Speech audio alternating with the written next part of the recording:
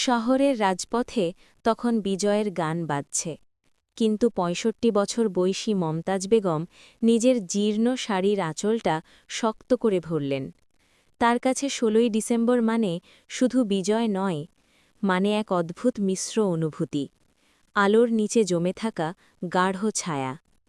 ১৯৭১ সালের সেই দিনটির কথা ভাবলে তার চোখ বন্ধ হয়ে আসে।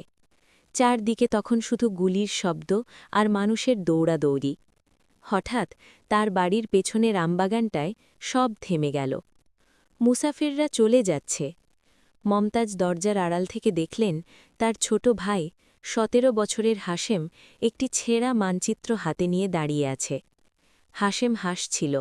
সে জানত দেশ স্বাধীন হয়েছে। কিন্তু সেই হাসি বেশিক্ষণ স্থায়ী হয়নি।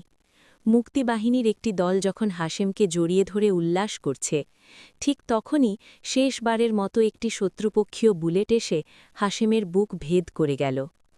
বিজয় এসেছিল, কিন্তু হাশেমের তা দেখা হল না। মমতাজ বেগম আজও স্পষ্ট দেখতে পান রক্তে ভেসে যাওয়া মাটিতে পড়ে থাকা সেই মানচিত্রটি, যা স্বাধীনতার ঠিক ১ মিনিট আগে তার ভাইকে কেড়ে নিয়েছিল।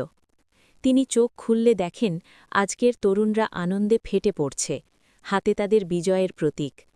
মমতাজ খুশি হন, কিন্তু তার ভেতরের একটি অংশ সেই আমবাগানটিতেই রয়ে গেছে, যেখানে বিজয় আর বিয়োগ একই সঙ্গে এসেছিল।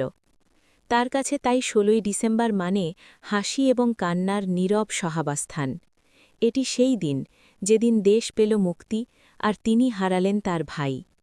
এই আনন্দ তাই কেবলই উদযাপনের নয়, বরং এক গভীর অঙ্গীকারের, যাতে এই রক্তক্ষয়ী মূল্য যেন কখনো ভুলে যাওয়া না হয়।